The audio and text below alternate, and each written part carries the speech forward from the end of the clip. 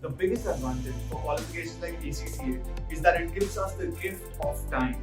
Now, most of us who want to get into the field of finance and accounts in India at least have the ability to, are at least eligible for these qualifications only post grade 12. But ACCA is the only one which allows you to probably do it even after 10. There have been students, a handful of students who have made probably the best progress and careers that I have seen because they started ACCA after 10.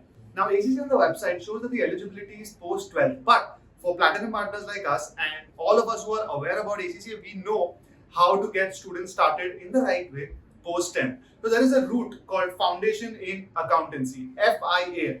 It doesn't matter if you completed grade 12 or no, or what field you've come from. In this example, if you have just completed grade 10, or even if you're in grade 11 or 12, right, obviously, this video might just be the right one for you.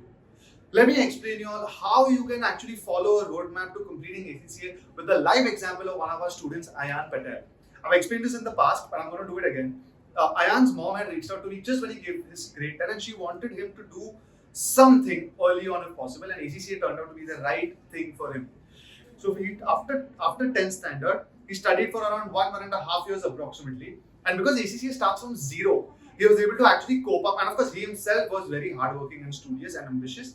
He landed up by middle of his grade 12, he was done with half of ACCA, spent time on his boards, did really well over there as well, and by the end of his first year in BCom, he was done with his ACCA qualification.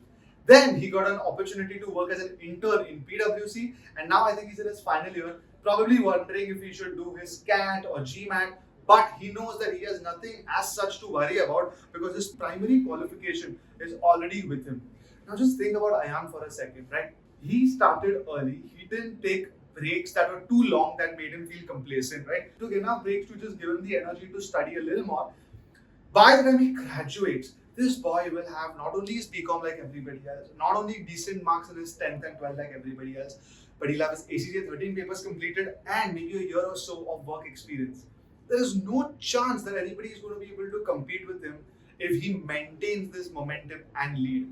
Over and above that, if he does do his MBA or anything else that he decides to pursue, he will have a double, triple advantage over anybody. The ability to actually avail of time at an early age when you're not sure of what you want to do, but you keep putting in effort to basically build a deposit of knowledge or skill sets, and in this case, qualifications.